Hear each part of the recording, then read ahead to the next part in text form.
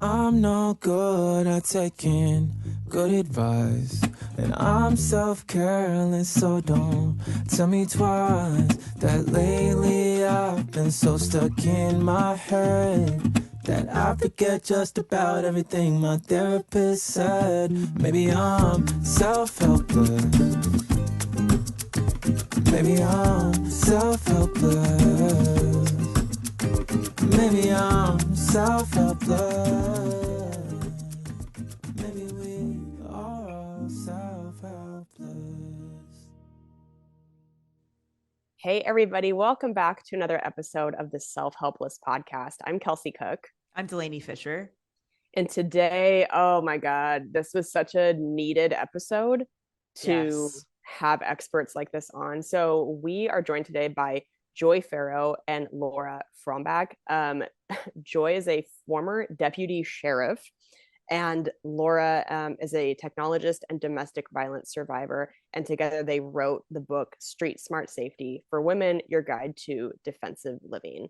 So they are just like, they themselves are the Swiss Army knife, I feel like, against domestic violence and against just violence outside of the home as well, and how to stay safe. So they taught Delaney and I so many different things today. Oh my gosh, I'm so great. Like they have experienced and witnessed so many things like as a team that Yes. it just felt like you could ask them anything and they had so many tips in their back pocket.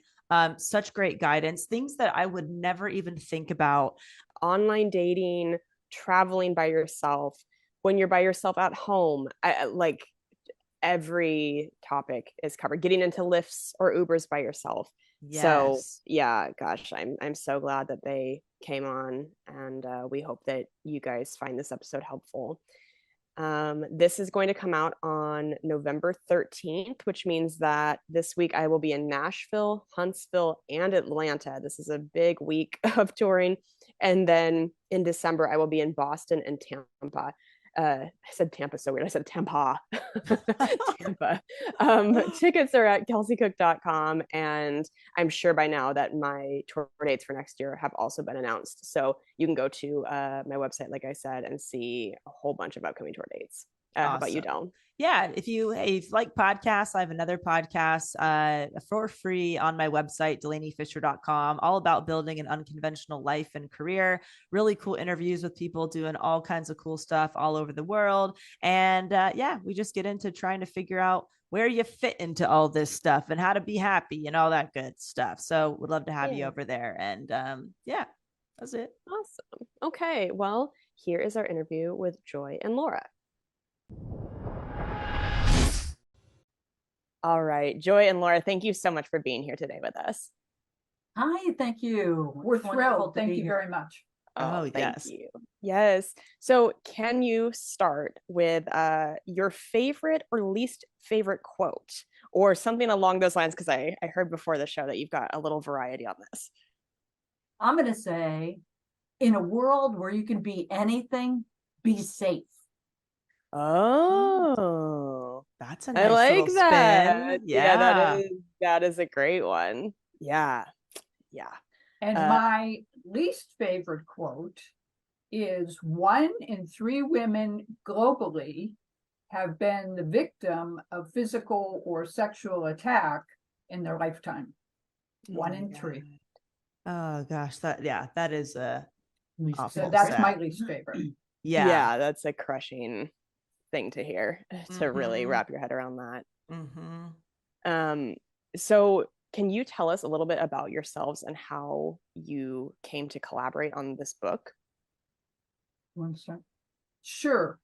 I am the victim, well, I'm a survivor of family violence. My parents, were generational family, domestic abusers, that type of thing. And I thought for years that my mother was mentally ill. And it took me almost my entire adult life to correlate my mother's mental illness with domestic violence. It was so pervasive that I really just accepted it as normal.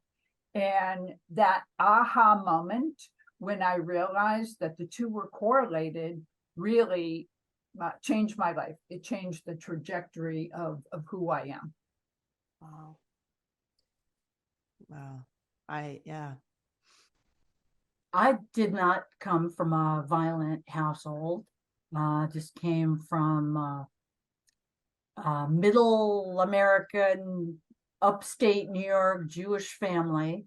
I started in retail security, and then I moved into law enforcement, and I was in road patrol for 28 years.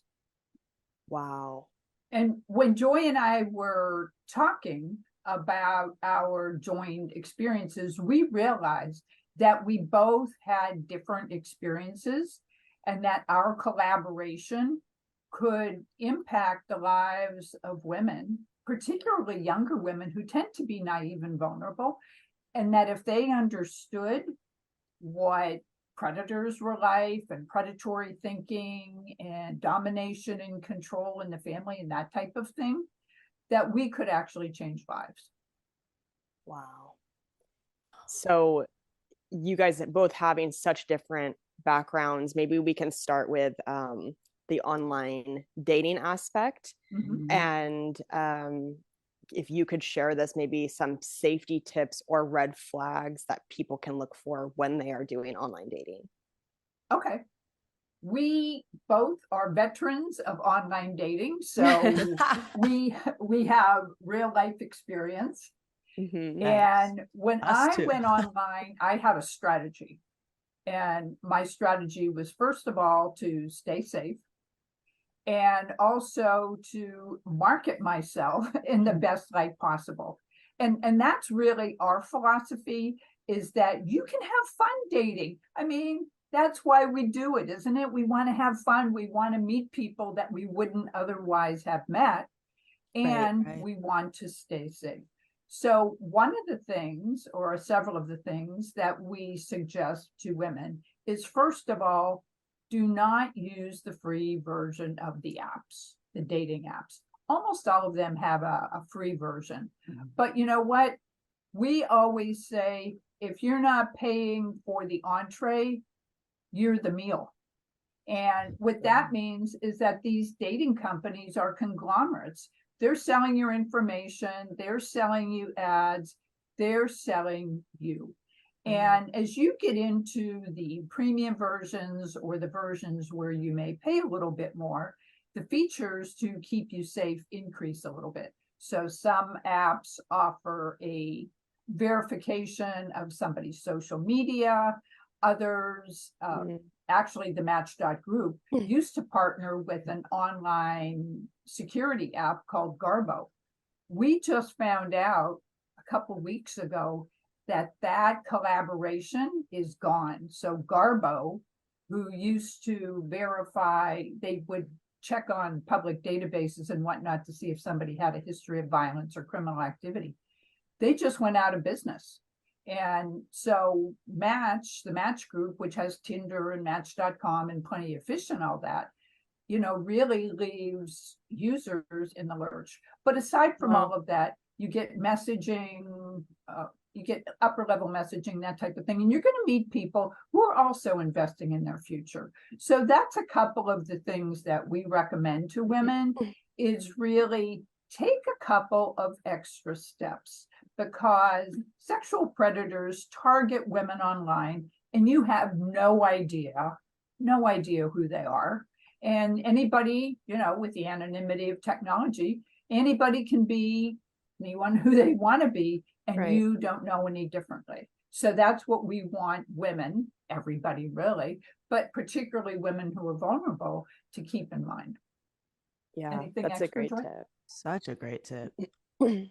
And when you start online, you want to, well, of course, look at the picture and know, we all know that sometimes the picture doesn't exactly coincide with who or what the person is just yet until you physically meet them. So, you're going to go by that, but speculate, I'm not sure. A lot of people use old pictures. Maybe they didn't look like that. Maybe that's not even their picture until they meet you. but you want to look at their profile and see if the picture matches anything that they've said they've done. Are they athletic? Does anything match? They said they're a hiker. Start going through there. And we say, be a flirty detective. So put your hat on and get in there and start looking through some things. Oh my gosh, that's so funny. I feel like that needs to be a new podcast t-shirt, is be a Yes. flirty detective. That's so funny. So good. I have questions like, what are some common red flags when you meet somebody in person? Maybe somebody approaches you at a grocery store or a bar or anything like that, and maybe they seem pretty friendly, but you just don't really know. Like, is there anything that you can kind of point to in those scenarios? One of the things that we talk about in our book is your safety intuition. And safety intuition isn't anything exotic. It isn't something, that you need a crystal ball for. Your safety intuition is simply your 5 senses reporting your environment back to your subconscious. And it reports actually a lot more than your conscious mind can keep up with. So if you start to get feelings that something's off, and not even creepy, but just something is off. Maybe somebody's a little too friendly. Maybe they, don't respect your boundaries or won't take no. Maybe the hair on the back of your neck stands up, or you just get a bad feeling.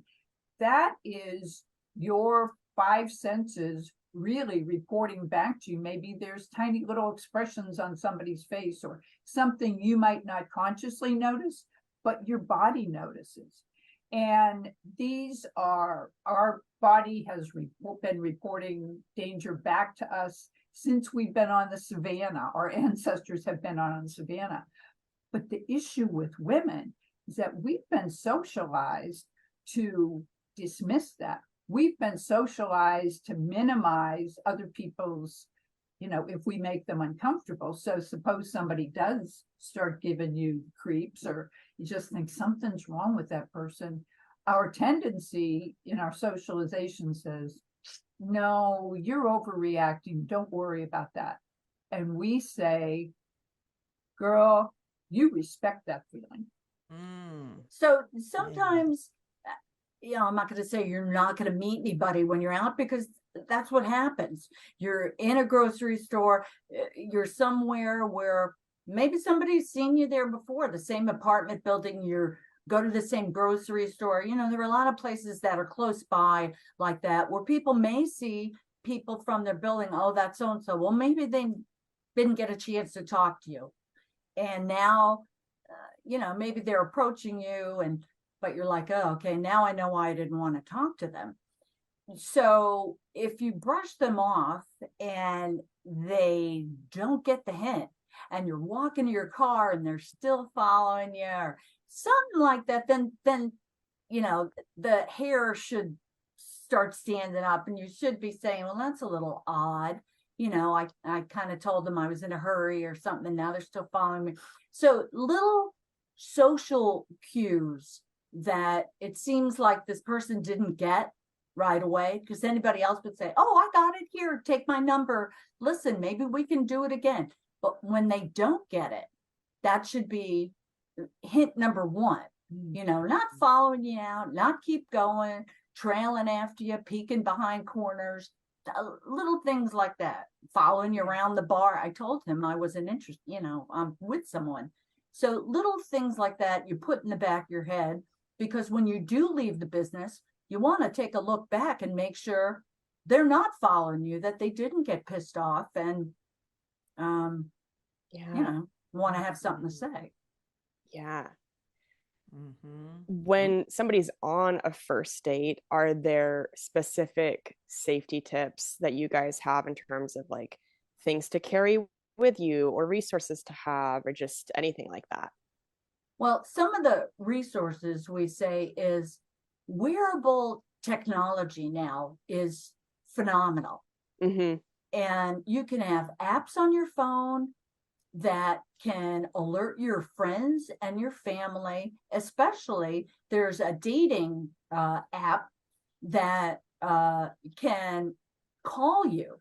So you can program it in and it can call you on a date.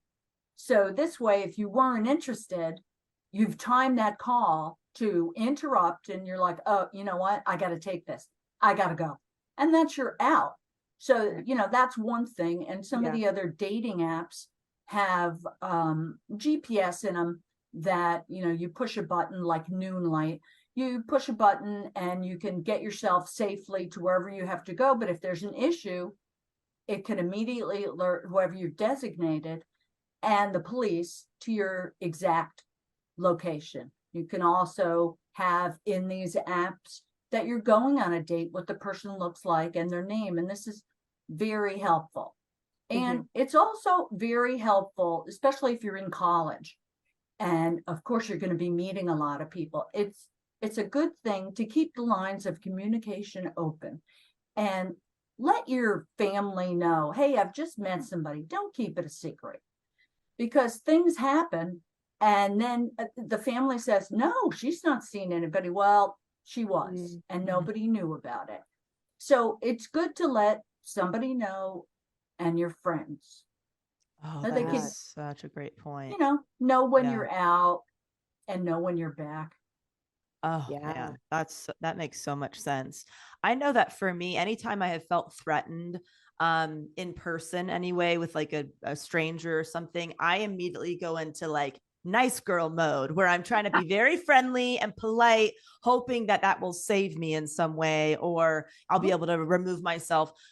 What is the line there where, I mean, it was just kind of a default. I didn't know what else to do. Is that a good way to handle it? Is there something better? I don't know. Ooh, anything about that. We were going to say the self-preservation. Self-preservation. Yeah. But, your safety intuition lets you know when something is off. So let's say you're in an elevator. You're in a hotel, you're in an elevator, and you're by yourself, and a guy walks in. Here's what we do. We walk out. Now, Joy and I will handle this differently. Joy will just walk out. I will pretend that I just got a phone call, and I'm taking that phone call. Oh. So I think it depends on the situation, and I think that we know what to do. It is just to decide at any given situation what the right thing is, because sometimes, wouldn't you agree that sometimes, karate girl, is the right thing to do? And I use myself as an example. So I've been physically attacked a couple times in my life, and I'm not a big person. And what has saved me was going right for the throat, a punch to the throat. But by that time, the person had already physically grabbed me. And so you don't want it, hopefully, to get to that point. But you can read that situation better than anybody. And there's no, I don't think, one size fits all. And very true. So you let's just say, well, I've taken self-defense classes, which I think, even if you just took a couple of moves somewhere, just a few. I mean, you don't have to get a whole degree in it, but you know what? Just so you learn a few things, how to get your hand out, how to slip out of this, how to back away when somebody grabs your neck, just little things like that, are good to know self-defense wise. But there's a difference between the two of us handling each other. And when you're in an elevator, you really don't know this person. You smile and you look over, but you really don't know. So why put yourself in a box where nobody's going to hear you? You don't know this person, and anybody could hit the stop button, and now you're stuck between floors. So that's a thought. Even if which my tools are, even if you have pepper spray, I don't think you want to be in an elevator after you sprayed pepper spray. Right. So now you're in a situation where I've had to spray pepper spray and I'm stuck. So yeah, some of the tools I carry and say you should carry are pepper spray, a small flashlight, and I mean one of those metal flashlights that have a very strong beam, and it's about that big, fits in the palm of your hand. You can wrap the cord around it. So this way you can use it during the day or at night on strobe mode, and it distracts the person, especially right in their eyes, like pepper spray. So anything to the face, they're going to immediately be distracted, and that's your getaway. And my third fail-safe one is the pen, the tactical pen. So at one end is the glass break, and then it's a regular pen, and it is practically indestructible. So the pepper And spray. how would you use the tactical pen?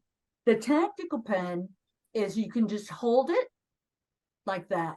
It's not going to break. And here's the here's the tip. So it can break glass. It can hurt.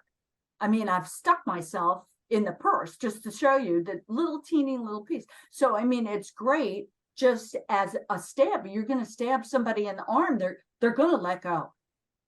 Okay. So it's great. You can get it online, and it's a pen.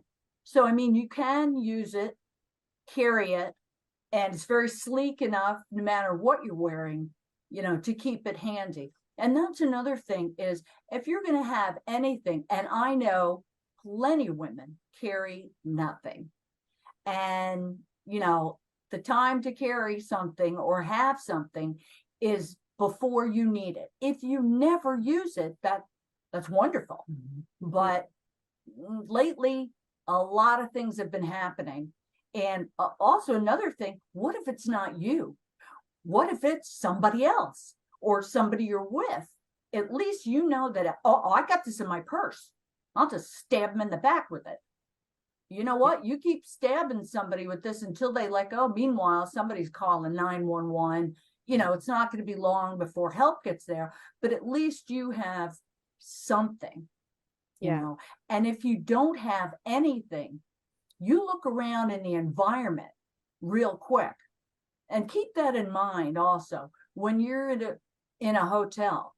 So you don't have anything, but you look around real quick. There's a fire extinguisher.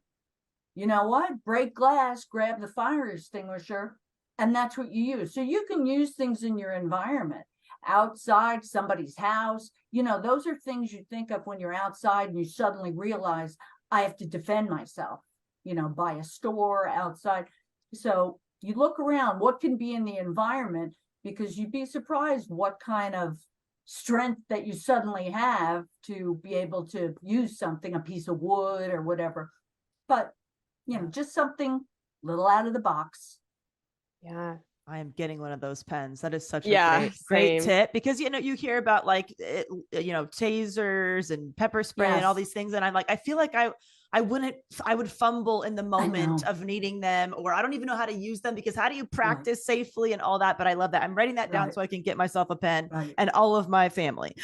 Well, the other good thing about the pen is that we have traveled through airports with that. Yeah, I fly with the pen. Yeah, that's amazing. So you show TSA that it can actually write. Now you're right about the a taser or a stun gun, because those are a little different. The taser shoots projectiles.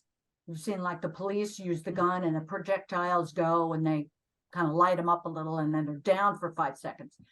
A stun gun, you have to use by your hand and jam it right into their neck, or it actually needs to feel the skin, or it may not take effect. Like a very heavy person wearing a coat or a leather coat or something like that, they may get a little buzz, but they're not going to feel that the impact to like shock them to let go.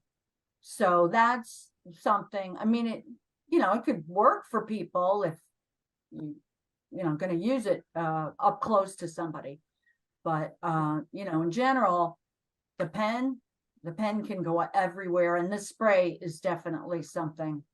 The spray will always keep somebody away. It's very hard to breathe.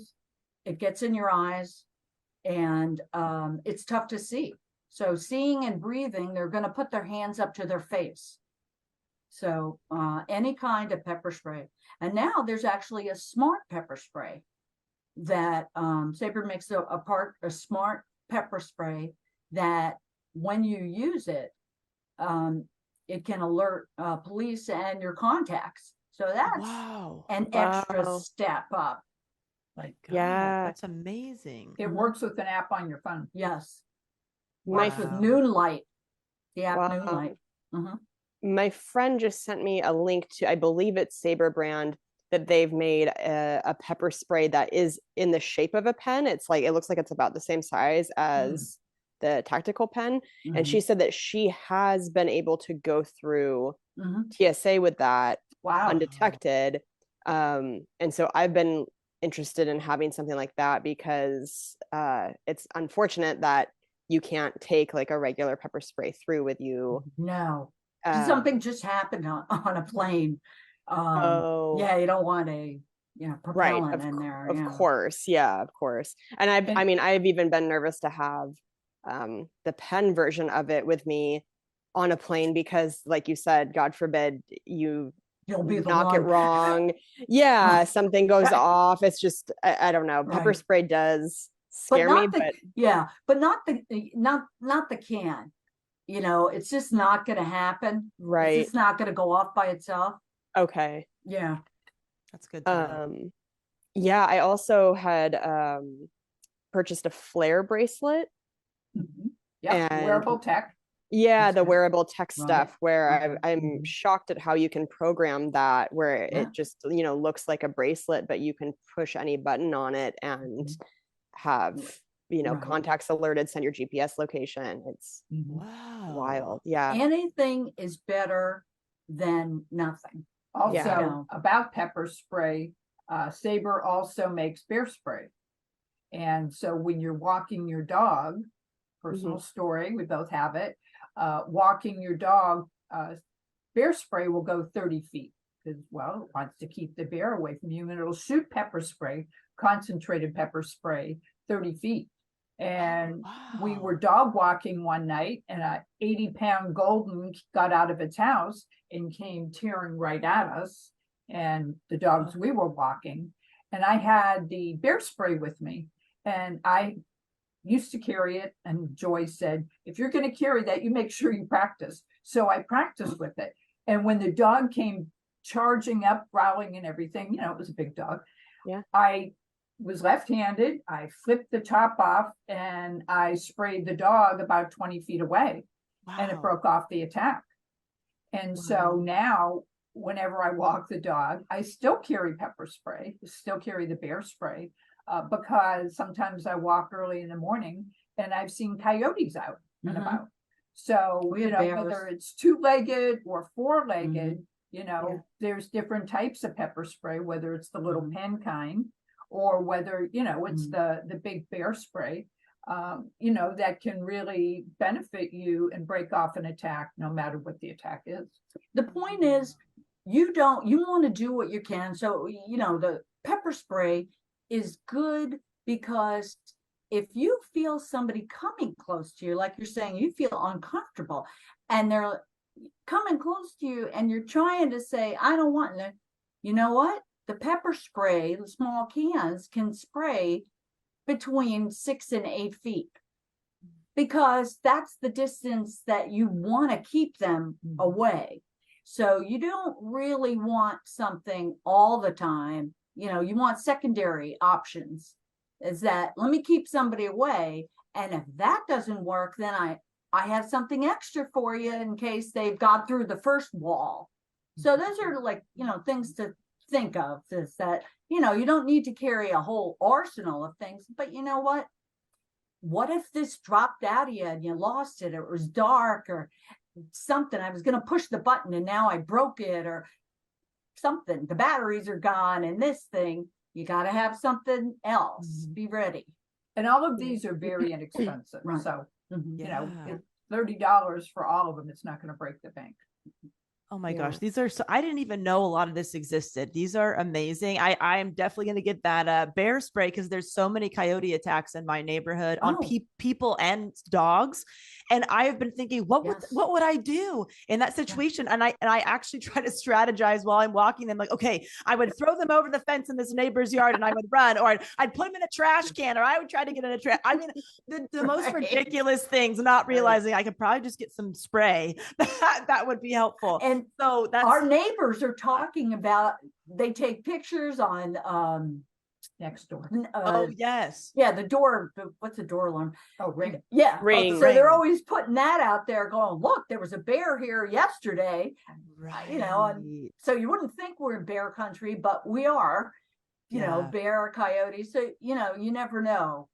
Oh my gosh, these are so good. Yeah. Awesome. You know, you talk about being polite, and you're very polite. So, you know, there's a way that predators get you to stop. And of course, they're going to start out being polite. So, you know, excuse me. Oh, and you seem like the very polite kind that would say, oh, hi, what do you need? Okay. We don't always have to stop for the whim of a stranger. Oh, somebody needs directions. Oh, okay, that's my job. It's not your job. They're not going to report you for who, you know, because you kept going and, hey, that lady didn't stop and give me directions, you know, or whatever. It doesn't matter. What's your favorite? Excuse me, miss? Yes. Excuse me, miss.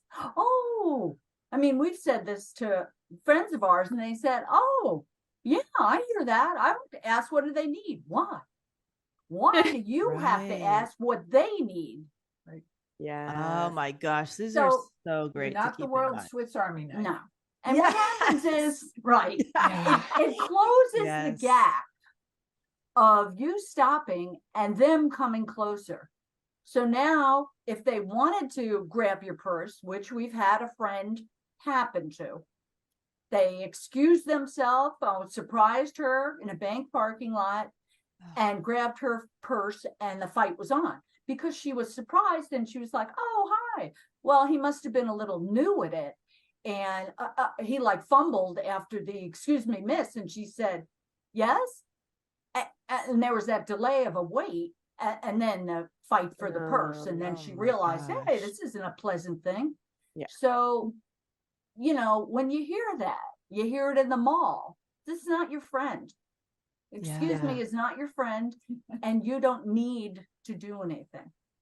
Oh my gosh. A great reminder. So good. We had it's so good for women to keep this in mind that we've been conditioned to be people pleasers, and it's not our freaking job to take care of everybody around us.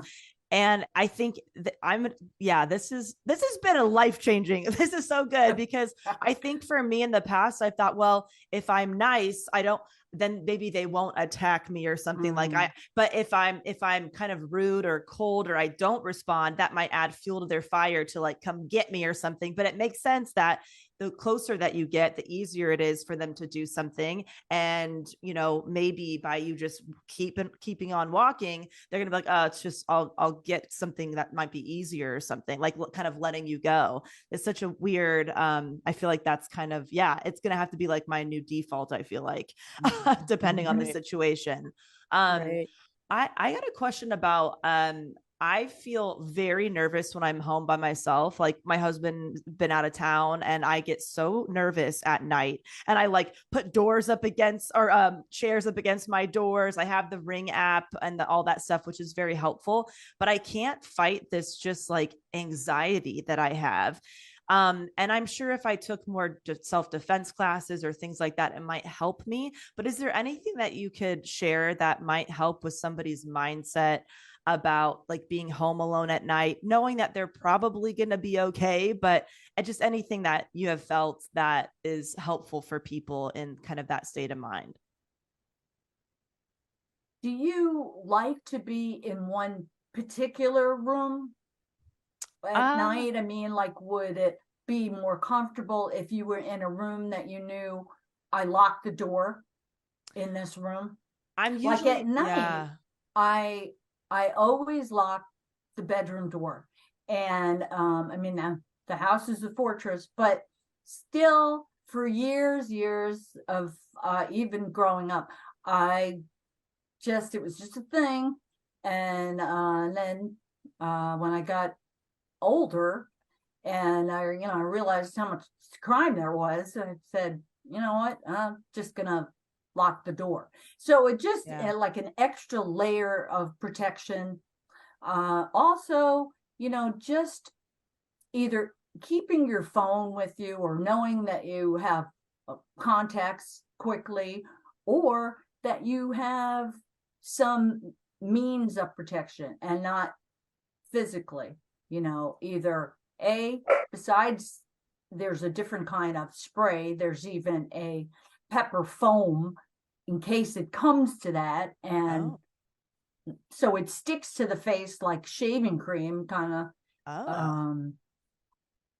And it would stay on the face, unlike a big spray of the other canisters that just comes out and goes, all over the big screen. This actually is directed to, but it's just something that you can have.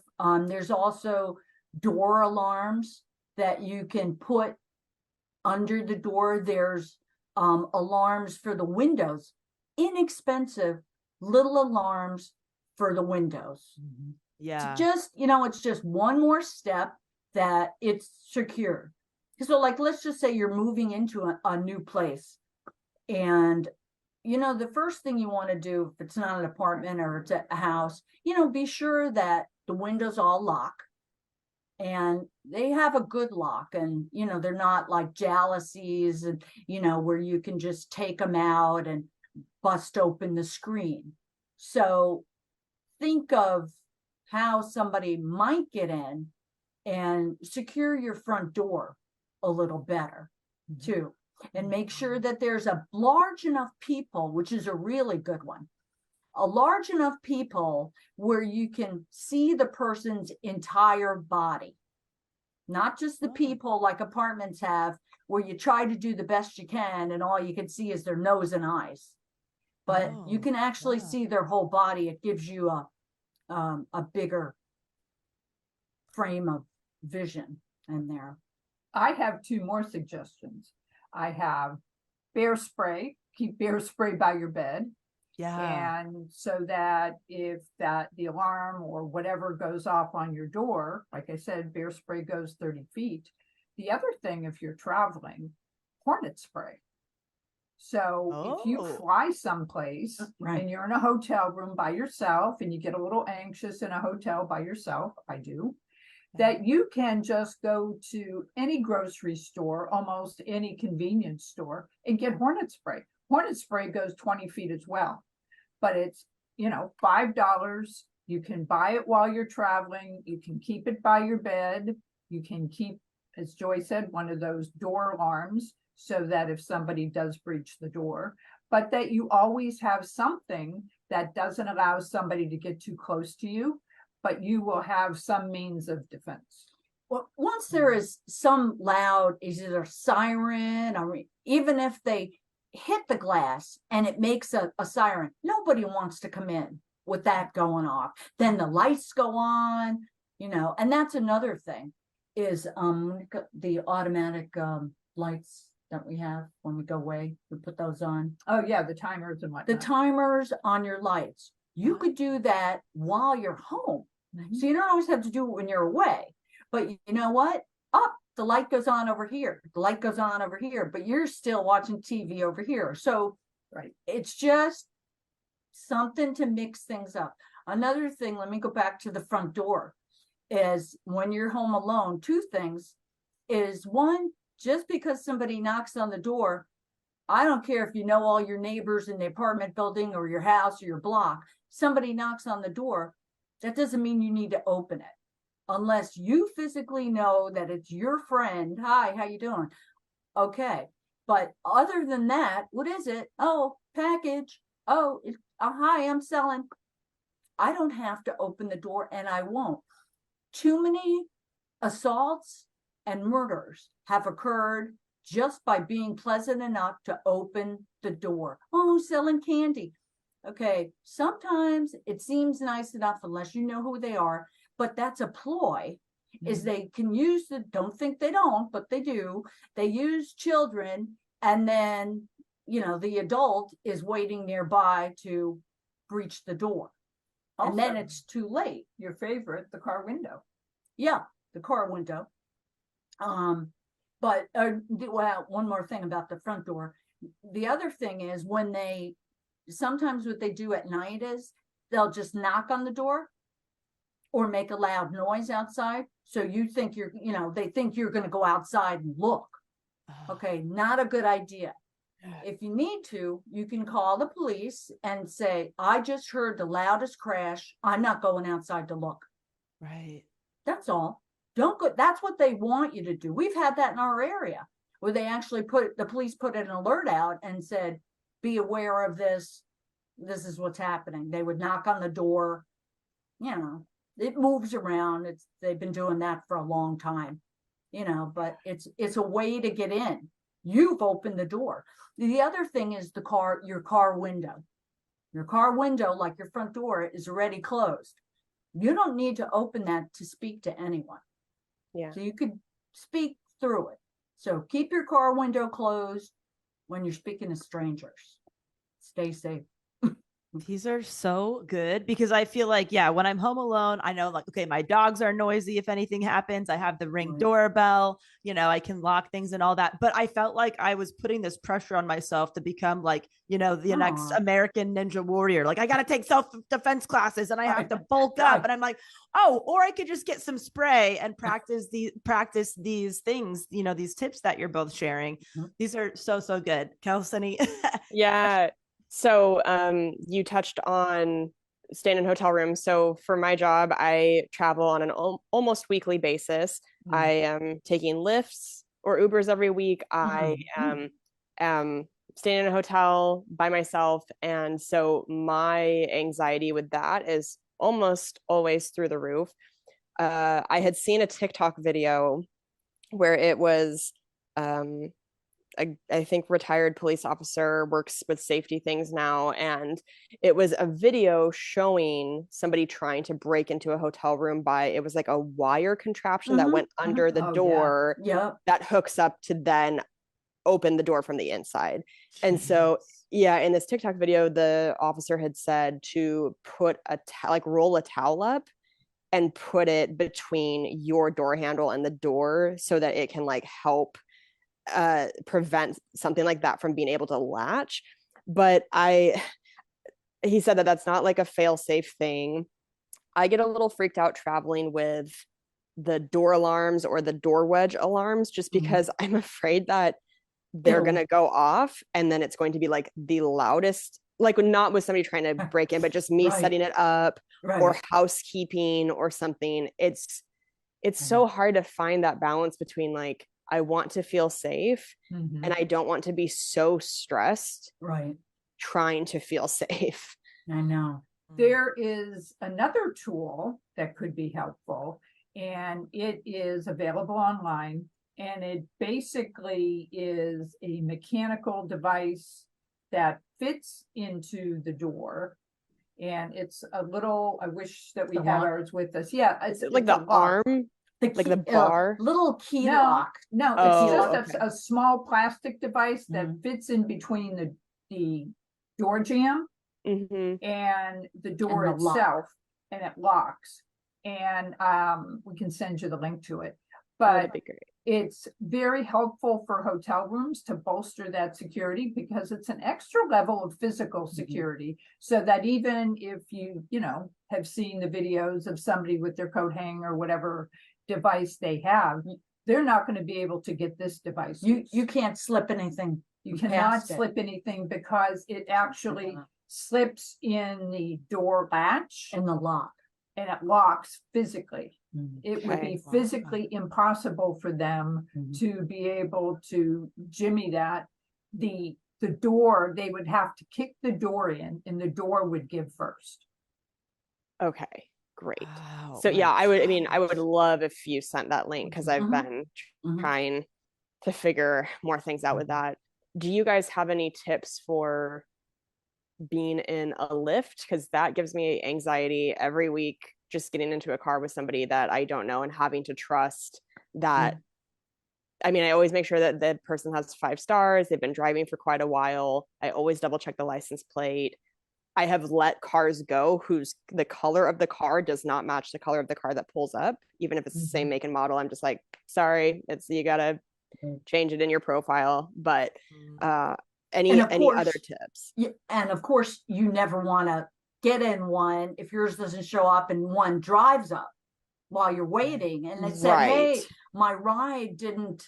Oh yeah, no, definitely. Okay, so that's a no. You don't just get in one, even though it says lift in there. And he said, no, my ride just did not show up. So you say no. But some things that you can do is, first off, when you ask the driver, hello, here's your name before you get in. This way, just have him say his name. So this way you can tell if he's intoxicated or anything that you feel would be an issue driving. That's one. And then when you go to get in the car, make sure the door handles work and that they're still, that the car is in good condition and that the door works and that you can get out. So before you leave, get in, get out, make sure that that door opens, because in the door jamb where the door closes is where the child locks little button is. So if that is up, kind of like a police car, you're not going to be able to get out. You would have to use your tactical pen and break that window to get out. Okay. So people have been in a situation, assaulted, where they couldn't get out because the child safety lock was on purpose. Wow. So something to be aware of, because that's your way out. Also, when you sit in the car, even though it's a beautiful car, sit in the back. You can sit in the front now, but sit in the back and sit in the passenger side so you can see what he's doing, just to make sure nothing odd is going on, no weapons or nothing's happening there. And you can also be sure that he's not speeding or something that you feel uncomfortable with. Okay. So to that end, also, the two devices that we talked about, the flashlight, you can travel with the flashlight, and also your tactical pen is a backup. So you could have your flashlight in your hand. You can shine it in their eyes if you believe that they're going off in the wrong direction and they stop and something starts to come down. You can shine it in their eyes, and as Joy just said, that tactical pen will break a window. So you're not going to be trapped in a car with anybody. You can use the pen to defend yourself, and you can use the pen to get out. Wow. And also, there are safety app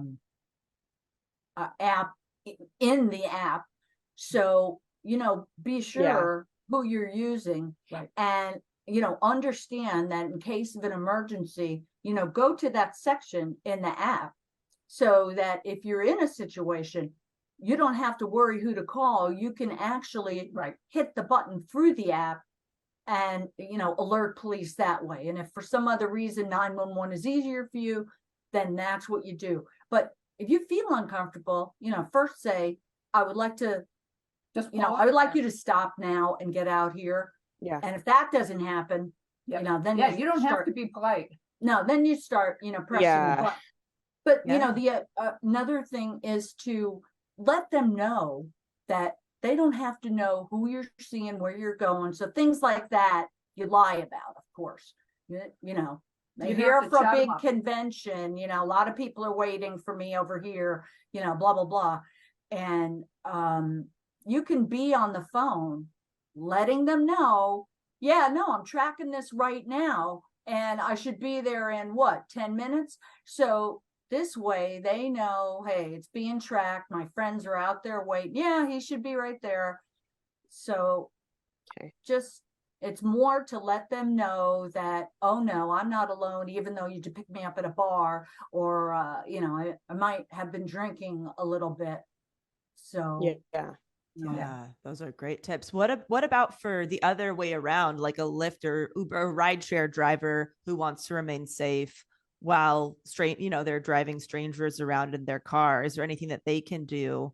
I was a Lyft driver back in the day, and that always freaked me out. Never knew who was getting in my car. Is there anything that you would share kind of on the other end of things? My expandable baton. Oh, I need one of those. Oh, hell yeah. 26 inches of You shake steel. it and it expands. Whoa. Joy keeps it on the driver's side so she can always grab it, and that thing will crack your skull. We were not allowed to hit anybody in the head because you could kill them.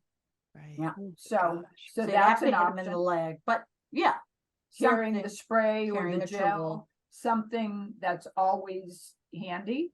And I'm sure that as a Lyft driver, as a rideshare driver, boy, my instincts would be flaring the whole time. The same thing. I mean, I would have an app ready, mainly because they have to drive and look in the mirror more than the passenger Right. looking, forward and planning whatever they're doing. But the driver, has to take care of them at some point.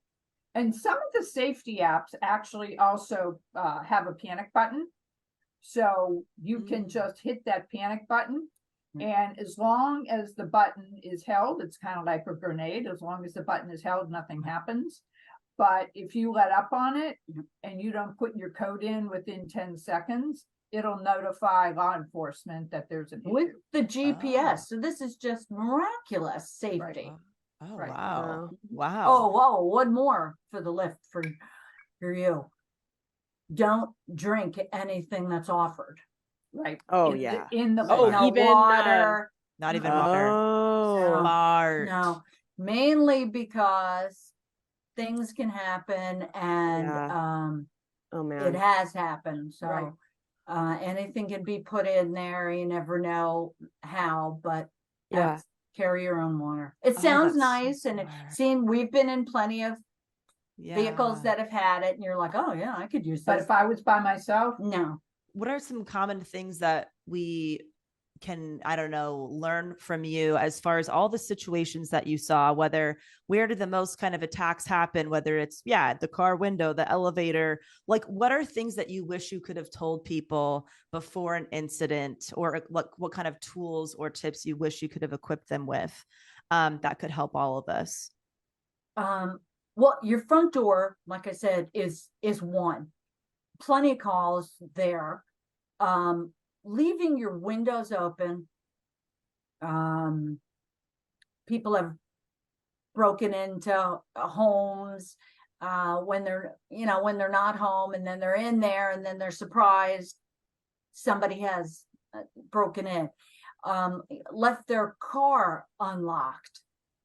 A lot of people, just hard to believe, but just leave their house unlocked. The house comes with a door with a lock, and so does your car. They should always be locked. I can't tell you how many hundreds of calls I've had of people being attacked in one of those locations and walking to your car and being blindsided because, you didn't use your peripheral vision at all, and you were so immersed in your phone that you didn't see this person has been walking behind you for a while, and then they've been attacked. And that's why people will say, they came out of nowhere. Well, they didn't really. They found that you weren't even looking, and they just walked up on you.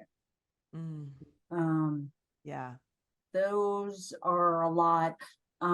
Leaving a bar with somebody, being intoxicated, let's just say a little bit, and who hasn't been, but leaving a bar or some establishment with just somebody who says, oh, I can help you.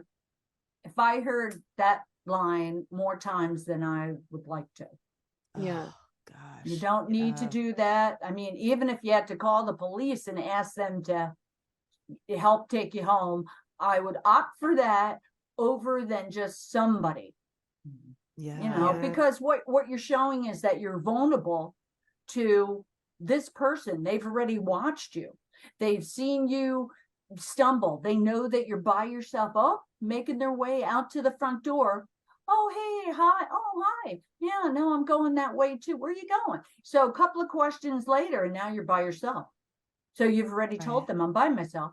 I'm going home by myself. So how many times do you have to say that, you know, for them to go, well, nobody's going to know it was me, you know? Right. And yeah, thank you for that. That's super helpful. And Laura, my question for you is, you mentioned something at the beginning of the episode of the connection between mental illness and domestic violence. Would you be willing to share any more about that connection that you've learned about? Sure. The connection is twofold, really. First of all, blows to the head. So we talk about professional athletes and traumatic brain injury. Well, actually, traumatic brain injury occurs far more often in victims of domestic violence than it does actually in professional athletes. And secondly, and this is unfortunately becoming a lot more common, is strangulation. So whether it's strangulation during sex, strangulation during domestic violence, it takes more pressure to crack an egg than it does to strangle somebody. So think of the pressure that it takes to crack an egg. Well, a lot less than that is required. And if you cut off somebody's ear for, you know, even 20, 30 seconds, it can cause brain injury. You know, domestic violence doesn't start in a vacuum. It starts with dating. And it starts specifically with love bombing.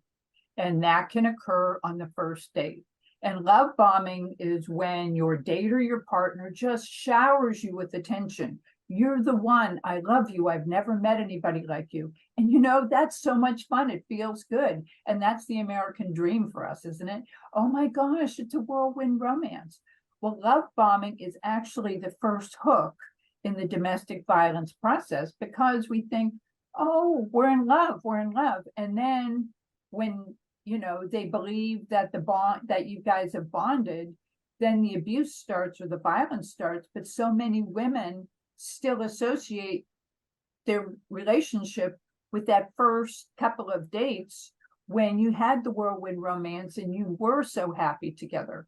So that was also the story of my parents as well, that they were happy, they met, they had a whirlwind romance, but you know, it had a bad ending. And so our message to women is, if they notice those patterns that somebody is trying to control you or dominate you early in the relationship, you know, as attractive as that person sounds, you got to get out, because it's not going to get any better. Yeah. Kelsey, anything? Yeah, I had one more question. So you're talking about the Ring camera, home security, all of that. Is there a company that you guys like the best in terms of like full home security? We like Ring. Yeah. I do. Okay. Yeah. Okay. We like Ring. And I will tell you that as far as all around personal security for women, you know, you mentioned it, Kelsey, we like Sabre. Yeah. Okay. We do. Okay, great. And the Ring camera, I mean, you know, there's others, but the Ring camera was very easy to put up.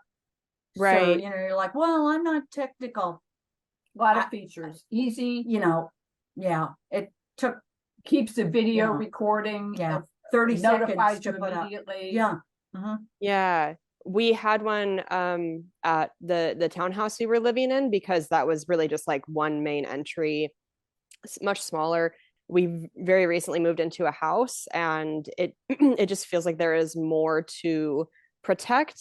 And so I didn't know if the Ring was still the way to go, or if it needed to be more of like an ADT, like, you know what I mean, more sensors, stuff like that.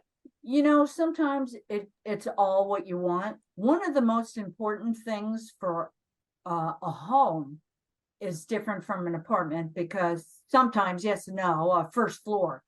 But when you have sliding doors, Yeah. in all the calls that I've handled, they're coming in through a sliding door.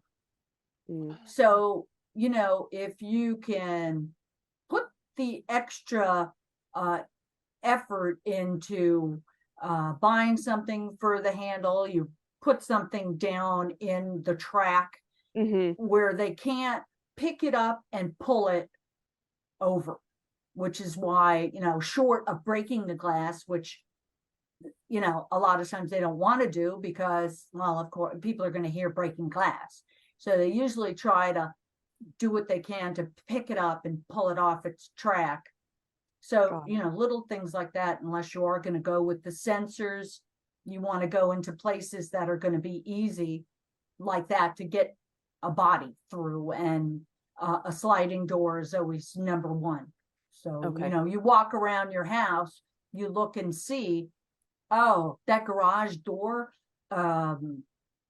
window, I should get that fixed.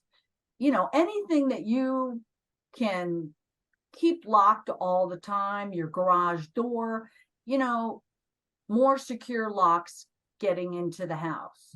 A good lock for the front door is now the numbers, what am I use out there?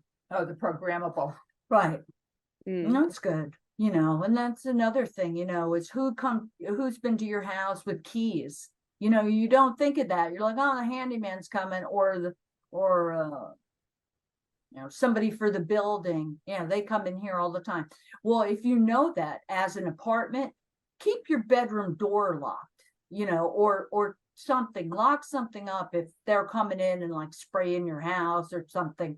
Right. I don't trust everybody, especially people that work, in facilities like that where they're going to do, hundreds of apartments spraying the building, and they just take the keys from the complex and they just go along. So you have to keep that in mind. What type of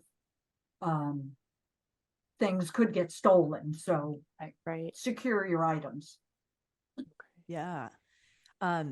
We mentioned, the domestic violence, and I know that a lot of people might feel like they can't leave, or they feel trapped, or, what can somebody do in that situation if they know they have to leave, but they are afraid that their safety will be threatened if they try? What are some resources they can, I don't know, take advantage of? Leaving is the most important time, because the abuser recognizes, and the instant they recognize that they're going to lose control, that's when a lot of these suicide murders happen. Dangerous time. Yeah, the dangerous time. And actually, a lot of mass murders in the United States are actually family violence. It's actually family violence where the abuser has just gone nuts because he's lost control. So from my experience, we in the family can read an abuser's mind, can read their moods in an instant. As soon as somebody walks in the house, you can tell what kind of mood they're in. You can tell whether you're in danger.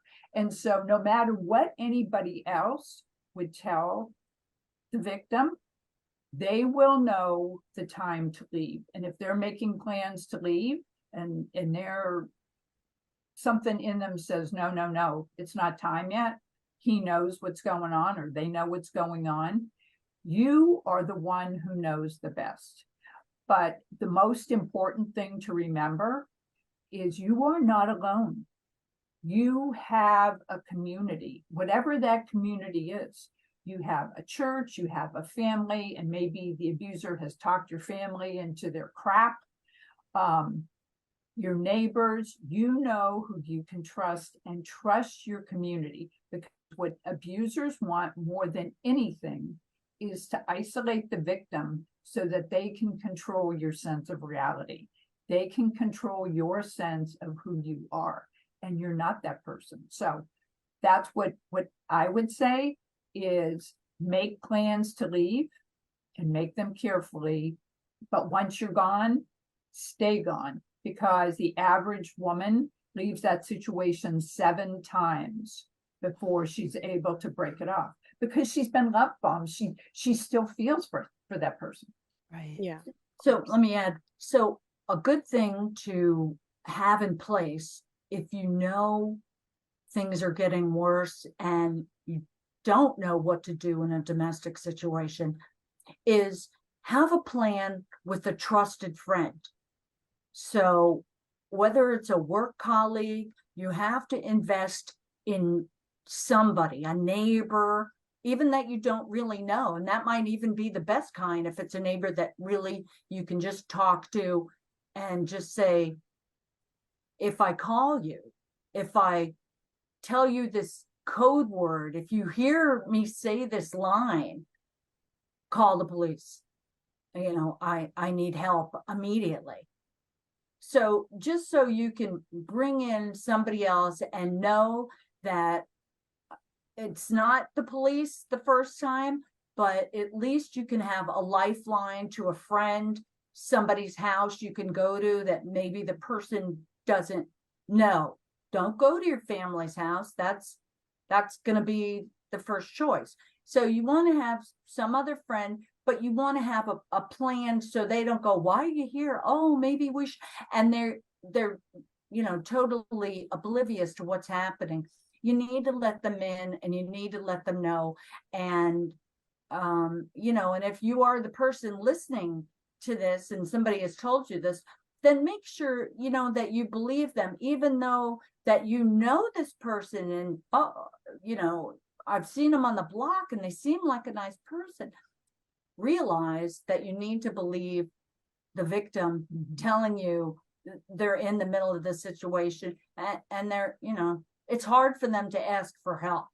It is. So, but that's the first step is to ask for help. Is to come up with a little plan, but bring in trusted people. Yeah. Oh, thank you for sharing that. Yes. Yeah. Thank you guys so much for giving us your time. I know we've been on for over an hour now, so we will wrap up and let you go. We are happy to be here, and thank you for having us. Yes, thank you. Where can people find your book and your work and all that? Where can people find all your stuff? Our website is streetsmartsafety.org, and we would love for you to join our Facebook community. You can ask us questions. Awesome. So if women have questions about their safety, if they have questions about even if they're in a domestic situation, they could private message us. Street Smart Safety for Women on Facebook, Instagram, TikTok, but our communication method is by Facebook. Oh, thank you.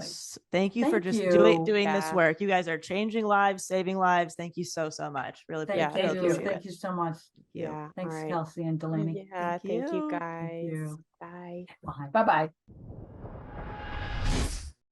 Oh my gosh. I have a list of things that I'm going to buy for myself and my sisters and just everybody. Yeah. What an invaluable conversation with them. Just something for everybody, and just so good to kind of like brush up on those basics of just like listen to your instinccts, be aware when you're walking around by yourself. I know that we can all so easily just be having our head in our phones and not being aware of our surroundings and just all those things. Yeah, just better safe than sorry, and like trusting your gut is like Cam and I just had a situation where we woke up in the middle of the night, and did I tell you this, Kels? We smelled like a really strong skunk smell, and we just figured, oh my god, a skunk, you know, sprayed outside of our home, or maybe they're trapped in the house. So crazy. But we started Googling, and apparently sometimes a gas leak can smell like skunk. And so it was like 4 a.m. or 3:30 in the morning. And we're like, look, it's a 50% chance. It's like, okay, it's either fine or it's really not fine. So we left at 4 a.m. and luckily my mom doesn't live too far. So we slept on her couch for the evening, and just to make sure before we could, get it all checked out and make sure it was fine. But yeah, just those things where I'm like, yeah, I'm just not going to take a chance here. Why don't we just get out of here? Because I had no idea that apparently, because if there's a gas doesn't smell like anything. So they usually put a chemical in there that either smells like skunk or it smells like rotten egg. And we're like, we don't know which chemical they put in our unit. You know what I mean? So I'm like, but yeah, just better safe than sorry if you can, trust yourself, trust your instinct. And, even if it is fine, like the whole skunk thing was fine. I was so glad that we just left anyway. I wouldn't have been able to sleep in that situation, Yeah. And I'm so glad we have dogs. As much as it drives us crazy when we're like trying to podcast and they start barking, I love having a dog now and just knowing that they see everything. Yes. Yeah. Well, go get this book, buy this book for everybody. Yep. Follow them online. Yeah. And if you are in Huntsville, Nashville, or Atlanta, I can't wait to see you this week. Please come to those shows. And please go listen to Delaney's podcast, Career Crush. Yeah, would love to have you. DelaneyFisher.com. Yay. All right, guys. Everybody. We'll talk to you next week. Bye. Bye. Also, we want to give a big shout out to Tajani Inawa for creating our newest fabulous Self-Helpless podcast theme song. You may have noticed. We've changed it up. Yes. Yeah, the podcast got a makeover, and oh my God, I love the song so much. What a beautiful voice of an angel. And thank you so much. We love it. Oh my God, it's been so nice. Every couple seasons of the show, we have a new artist create a custom song for us. And that's just always such a fun process. So thanks again to Johnny. We really appreciate it. Thank you for tuning in to the Self-Helpless podcast. You can find our Patreon community, merch, and our individual work at selfhelplesspodcast.com. We'd be thrilled if you shared this episode with a friend, left an iTunes review, or feel free to post it on your Instagram and tag @Self-Helpless Podcast. Thanks, guys.